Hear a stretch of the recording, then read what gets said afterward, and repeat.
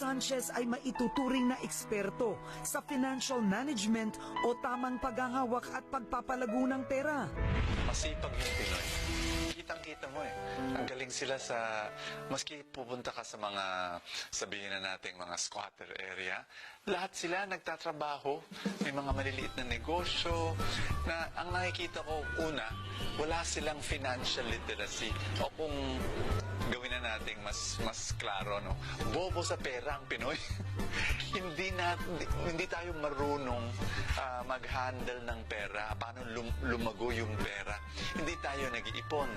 Tapos, yung iba nag-iipon, mali yung saan nila linalagay yung pera nila, hindi lumalago.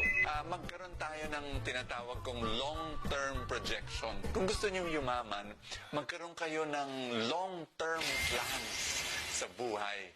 Kasi pag mas malayo ang pananaw, no? Anong gagawin ko next year? Anong gagawin ko 2 years from now?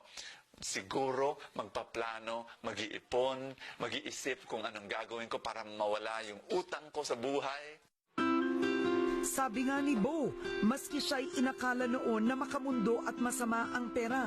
Pero kung iisipin daw nating mabuti, lahat ng larangan sa buhay ay konektado sa pera, lalo na ang pamilya at relasyon.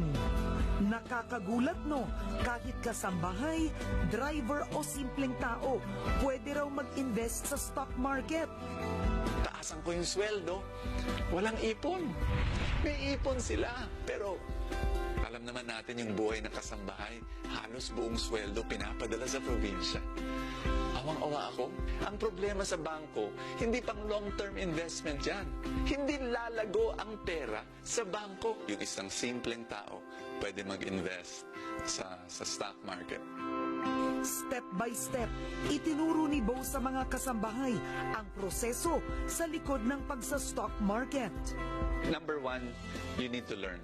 Mag-attend ng seminar. There are 2 ways of getting into the stock market. Dalawang paraan. Una, ang tinatawag nilang trading the stock market. Hindi tayo dyan. Doon natatalo ang mga tao. Kasi nag-trade. Ang trading ganito. Bibili ka ngayon, bukas bebenta mo. Tayo, investing. Ang investing iba. Bibili ka ngayon, ang pagbenta mo mga 6 months from now, 1 year from now, 2 years from now, 5 years from now. Ha? Tapos, number 2, ang investing, buwan-buwan ka dapat bumili.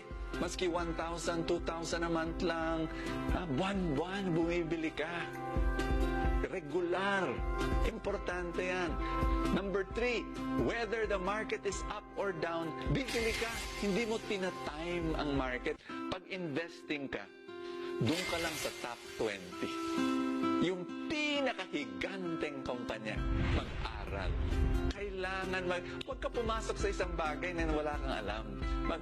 Sasabihin nila, ay, wala akong oras. Eh, di ka yayaman. Ay, ayoko mag-seminar. Hindi pa ako nagsiseminar sa buong buhay ko. Eh, di ka yayaman. Huwag tayo matakot sa isang bagong bagay na pwedeng araw. Kung kaya nila, kaya nyo rin. Kaya nyong yumaman. May puhunan.